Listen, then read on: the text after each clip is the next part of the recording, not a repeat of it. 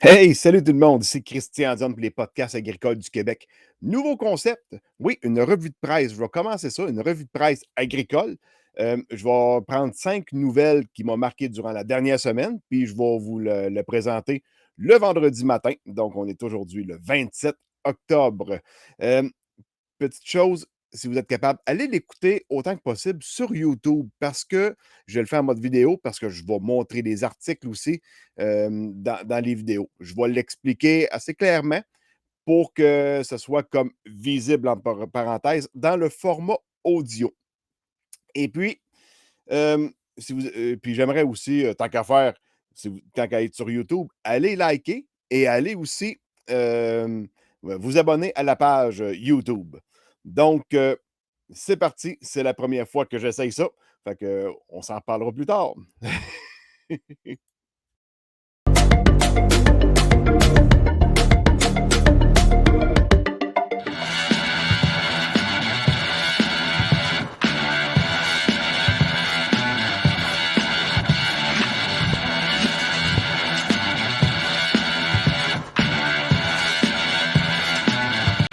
Donc, nous sommes de retour. Je vais partager l'écran. Donc, la première nouvelle qui m'a marqué, c'est dans la revue Farm Terrio. Donc, dans le fond, il y a beaucoup de revues que je lis qui viennent surtout du Canada, soit de l'Ontario, encore du Canada anglais, du Canada anglais, en fait. Puis souvent, c'est des revues de la famille de Glacier Farm Media.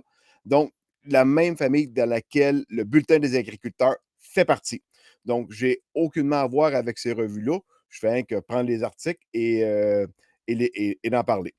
Donc, la première, c'est sûr que c'est des revues qui sont écrites en anglais. Google Chrome sont bien smart.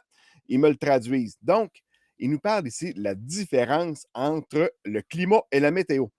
Moi, je pensais que la différence entre le climat et la météo, c'était bien simple. Quand il fait froid, c'est la météo. Quand il fait chaud, c'est le climat. Non, non, non. En fait, c'est pas ça. C'est plus compliqué que ça. On s'entend. Tu sais, un automne chaud, là, il est écrit est un temps, mais dans le fond, c'est la météo. Un automne chaud est la météo. Des décennies d'automne chaud, c'est le climat. Donc, tu sais, le climat, dans le fond, c'est la moyenne de plusieurs années. C'est pas un événement, c'est le climat. C'est pas de même que ça fonctionne, là. Il y en a bien qui pensent que c'est ça, mais c'est pas de même, surtout que les médias, c'est un peu mal expliqué. Donc, ici, lorsque les médias parlent du changement climatique, une grande confusion peut surgir, ce qui peut avoir un impact négatif sur ce qui doit être fait pour lutter contre le réchauffement climatique. Comme il arrive une affaire, puis là, il faut faire de quoi pour plus que ça arrive. Moi, mais tu sais, c'est la météo, on ne peut pas contrôler ça, là. C'est un peu. Fait que je trouvais que l'article qui était dans la revue Farm Terrio, elle expliquait quand même assez bien la différence entre les deux. Puis c'était assez simple, là, il y a l'introduction en disant que un automne chaud, c'est la météo. Des plusieurs, puis voire des dizaines d'automnes chauds, ça, c'est le climat. Mais tu sais, le climat, bon, il est en train de changer, mais tu sais, il a tout le temps évolué. Parce qu'il faut se rappeler, même si on n'était pas là, il 10 000 ans, on était recouvert de glace. La glace a fondu. On n'était pas là. Fait que le climat, pour moi, il y a tout le temps une certaine évolution. C'est sûr c'est sûr que les humains ont peut-être à voir à quelque chose. On est quand même pas loin de 8 milliards de personnes sur la Terre. Là. Fait que c'est sûr qu'il se passe de quoi. Mais, tu sais, penser qu'on puisse tout changer du jour au lendemain, ça, je le crois pas. Ça, je le crois pas, mais pas pantoute. Une autre nouvelle, ensuite. Là, il faut que j'arrête ça. J'arrête le partage. Arrêtez le partage. Partager l'écran. Un autre. Euh, Ici, ah oui, encore là, au Canada anglais, encore une fois, il y a le projet de loi C-234. C'est quoi le projet de loi C-234 au fédéral? Dans le fond, c'est pour donner une exonération de taxes carbone sur le propane et le gaz naturel pour l'agriculture, c'est-à-dire pour sécher les grains, puis aussi le chauffage des bâtiments comme les poulaillers ou les serres aussi. Là, hem, le comité, là, c'est rendu au Sénat. Fait que là, dans le fond, de la manière que ça semble fonctionner, de ce que j'ai cru comprendre, la Chambre des communes, là, a voté pour. Ensuite, ça s'en va au Sénat pour qu'eux autres le votent. Là, il y a eu une petite affaire, au Sénat. Il y en a un qui a dit: «Attends un petit peu», ils ont décidé de mettre un amendement pour enlever les serres et les fermes de chauffage des bâtiments de l'exonération des taxes, de la taxe carbone. Pourquoi? Parce que selon eux autres, il y a d'autres alternatives pour chauffer des bâtiments puis chauffer des serres, comme la géothermie, comme de la biomasse ou d'autres choses.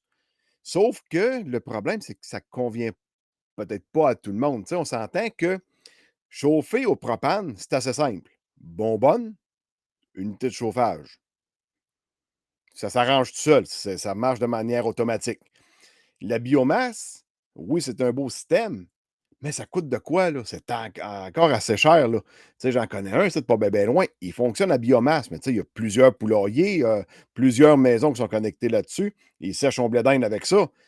Mais tu sais, il est capable de le rentabiliser parce que là, il s'en sert beaucoup, puis tu sais, il chauffe même, je pense, les poulaillers d'un de ses voisins. Mais, tu sais, rien que pour une petite serre, s'installer, une biomasse pour ça, oh! Tu sais, c'est un peu, tu sais, c'est ça, ça convient pas à tout le monde. Tu sais, je peux bien croire que oui, il y a des alternatives, là, mais à un moment donné, tu sais, il faut être un peu logique là-dedans, là.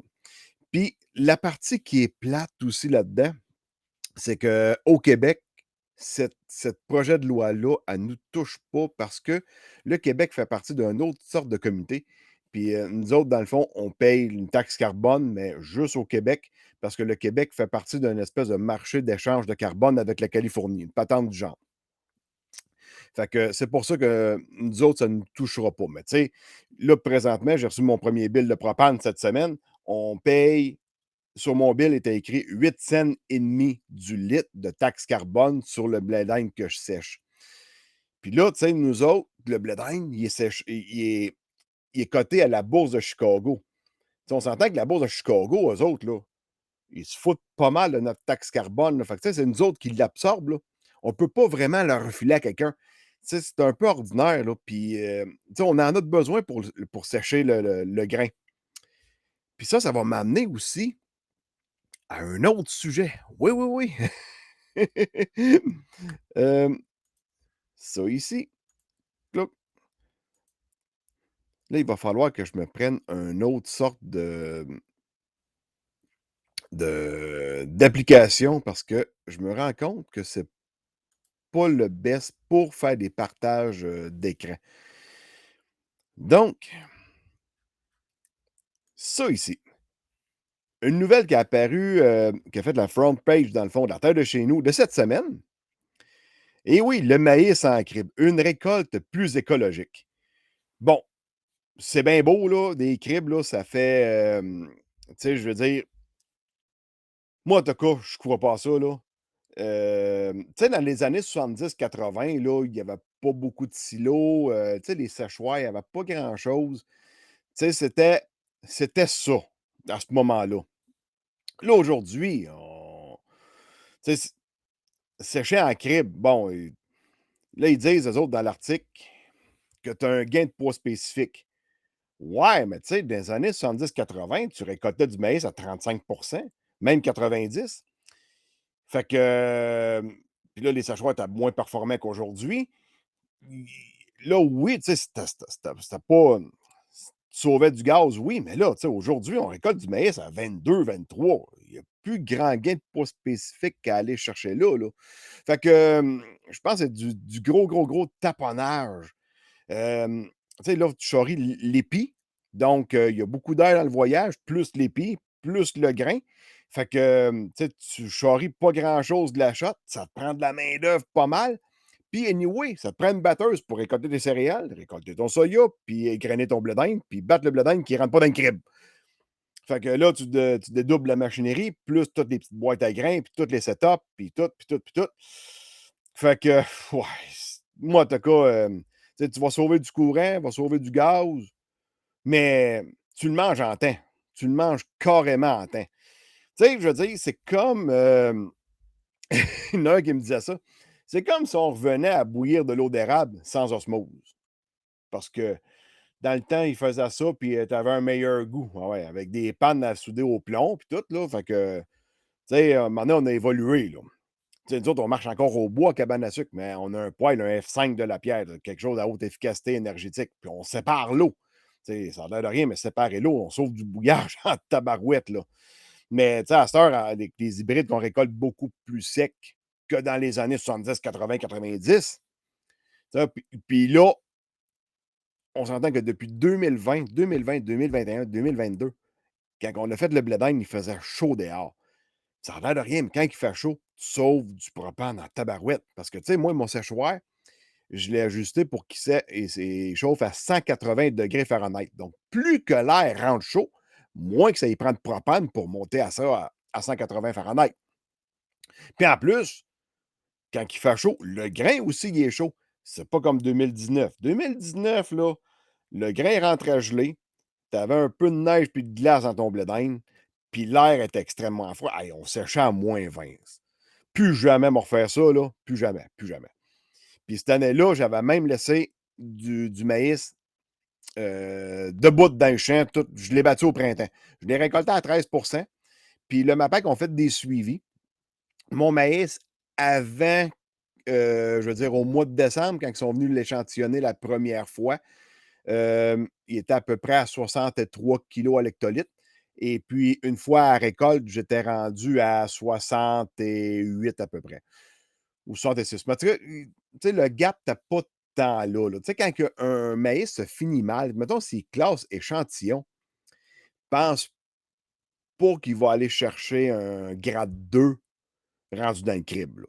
Parce que quand il est échantillon, il n'est pas bon. Quand La différence entre l'échantillon puis le grade 5 puis toutes les autres, c'est que si tu égraines ton maïs, il casse l'échantillon, si tu le mets dans l'eau, il va flotter sur l'eau. Donc, quand tu y enlèves de l'humidité, tu sais, l'amidon est vraiment pas dense. Si tu y enlèves de l'humidité, il perd du poids spécifique. Fait que tu ne penseras pas sauver une récolte échantillon en le crissant dans un crible. Puis en plus de ça, tu sais, les machines, c'est vieux. Ils s'en fabriquent à peu près plus. Il y en a peut-être en Europe, mais tu sais, il n'y a pas de dealer de ça ici, là. Puis, tu sais, il y avait New ID qui avait fait de quoi dans le temps? Le Unisystème. Tu avais une cabine puis un moteur, puis tu changeais le kit dessus. Fait que tu peux mettre une casseuse à blé d'Inde, tu enlevais ça, tu mettais une fourragère, tu enlevais ça, tu pouvais mettre une batteuse là-dessus. C'était bien pensé, mais tu sais, c'était peut-être pas sûr que c'était super, super, super fiable aussi, là. Puis, tu sais, dans le temps, quand ils commençaient à récolter dans un crible, ils ne se faisaient pas de soya. Là, ça, tu sais, on fait du soya, puis quand on finit le soya, on saute dans le blé d'Inde. Fait que là, tu vas perdre beaucoup de temps à aller battre ça dans un crible. En tout cas, moi je ne crois pas à ça. Je parle à du monde, il n'y a personne qui jalouse ça non plus, là. Il n'y a personne qui pense à s'en bâtir puis s'équiper pour ça non plus. Fait que, tu sais, oui, c'est écolo et rentable. Ben oui, c'est comme bouillir pas d'osmose. Tu n'as pas d'affaire à acheter un osmose. Tu sais, c'est rentable, là. Tu sais, ben oui, c'est sûr, tes pannes ont 50 ans. C'est sûr que c'est rentable, tu n'as pas rien dépensé. Ou encore revenir aux chaudières, sauf pas dans l'étable, là, tu sais. Non, non, non, moi, en tout cas, je suis pas là, mais pas en tout, pas en tout, pas en tout. Fait que tant mieux pour ceux qui en font puis qui trippent là-dessus, là. Moi, en tout cas, j'y crois pas, mais pas pantoute, là. Tu sais, surtout que moi, tu sais, je travaille pas mal tout seul, là. Là, ça prend une méchante grosse équipe quand tu fais une affaire de même, là. Fait que ça, c'est sûr que c'est pas pour moi. Donc, c'est ça pour ça. Arrêter le partage. Ouais, ouais, ouais. On va travailler ça, on va retravailler ça. Ici, dans le bulletin des agriculteurs, tout le monde connaît sûrement Paul Caplette. Ben oui, lui, il tient un blog dans le bulletin des agriculteurs. Ah, ça a plus d'allure de même. Euh, il tient un blog dans le bulletin des agriculteurs. Ouais. Euh, Puis dans son dernier blog, ça a attiré quand même pas mal de commentaires sur sa page Facebook à Paul. Passer de la production de soya IP au soya OGM. Parce que moi, j'en ai déjà fait du IP. La dernière année, c'était en 2016. Bon, plusieurs détails qui ont fait que j'ai changé d'idée. La première, quand on vend du soya, tu as la bourse de Chicago, tu as la base de prix qui va comprendre souvent, mettons, la base de prix qui est en US, plus l'échange d'argent, plus la prime. Fait que là, il y a pas mal de choses. Mais si on prend juste la base, dans ce temps-là, il offrait moins que pour du Roundup Ready. Parce que nous autres, là, aussi que j'habite, là, je suis proche de Sorel, je suis proche de Trois-Rivières, je suis proche de Bécancour. Fait que, tu sais, pour aller livrer du soya dans ces grosses places-là, j'ai quand même un avantage. Ça, c'est pour le soya Roundup. Donc, la base de prix était plus élevée. Puis mon soya IP, à ce moment-là, en 2016, la base de prix était plus basse. Là, en plus, il faut que j'entrepose le soya jusqu'à temps qu'eux autres, ils veulent l'avoir. Là, j'ai pas de prime pour l'entreposage. Et puis, il faut que je paye le transport en plus. Parce que dans le Roundup Ready, là, la base de prix, oui, était plus élevée, mais le soya était pris dans le cours. J'avais pas un chèque à faire au transporteur, là, contrairement au soya IP à ce moment-là. Fait que là, toute ta prime que tu recevais, là, elle se faisait manger par le transport, l'entreposage, puis en plus que la base de prix était plus basse que le Roundup Ready. Fait que tu gagnes à quoi? Je gagnais pas grand-chose, là. Fait que, puis en plus de ça, compte de malchance, j'étais tombé cette année-là sur une mauvaise variété. Le soya, il était beau. Il avait une belle longueur, tabarouette. Rentre là-dedans avec la batteuse, pas de rendement. Ben voyons donc. Ça se peut pas. Puis, je le dis souvent, là, du soya, il ne faut jamais se fier au look, là, jamais. Mais là, c'était vraiment le cas, là. Il était tellement beau qu'il a oublié il a fait tellement de feuilles qu'il a oublié de faire des gousses puis des bines dedans. Fait que là, c'était la dernière année. J'ai arrêté le soya IP de mon bar. Oui, je fais juste du Roundup. Je fais des contrats de semences aussi. Mais je fais juste du Roundup. Là, tu peux faire plusieurs variétés parce que si jamais tu en pognes une pas bonne, mais au moins tu peux te réchapper avec les autres.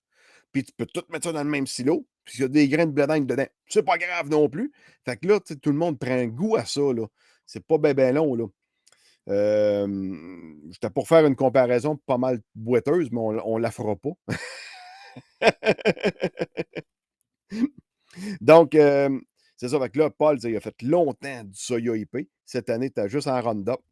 Tu sais, cette année, on est arrivé avec une année un peu bizarre parce que le soya a mal mûri un peu.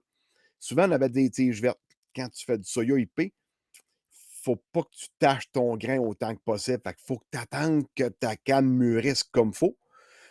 Fait que là, dans le Roundup Ready, qu'elle soit tachée, c'est pas ben grave. Fait que même la tige est verte, ça marche, le soya est sec, on bat. Fait que, tu sais, plein de trucs de même là, qui fait que c'est pas ben long que tu changes d'idée de passer au soya IP, au soya Roundup. C'est plate pour les producteurs pas pour les producteurs, mais les exportateurs de soya IP. J'imagine que de trouver de plus en plus de producteurs pour faire produire le soya parce qu'ils ont des contrats de vente, ça doit vraiment pas être évident. Hem, Surtout comme dans le cas de quelqu'un qui fait battre à forfait, c'est tout bien plus simple de faire du Roundup. Puis le forfaitaire, c'est beaucoup plus simple aussi. Pas d'affaire à faire le ménage de la batteuse à tous les fois avant de changer de client ou quoi que ce soit. Ou d'avoir deux batteuses, une batteuse pour faire du Roundup puis une batteuse pour faire du IP. Mais c'est pas pire, mais sauf que c'est tout le temps le trouble aussi de l'entreposage. Puis ci, puis ça, puis tu sais, ça convient vraiment pas à tout le monde. Ça convient vraiment pas à tout le monde. Puis des fois, c'est ça, la prime est mangée de tout bord, de tous côtés. Puis ce qu'on remarque aussi, c'est que les rendements sont moins élevés aussi. Fait que c'est un peu moins tentant dans ce temps-là. Tu sais, quand une fois que tu as tout calculé, là, puis souvent le soya au Roundup, ben, tu arroses au Roundup, ça fait un beau ménage.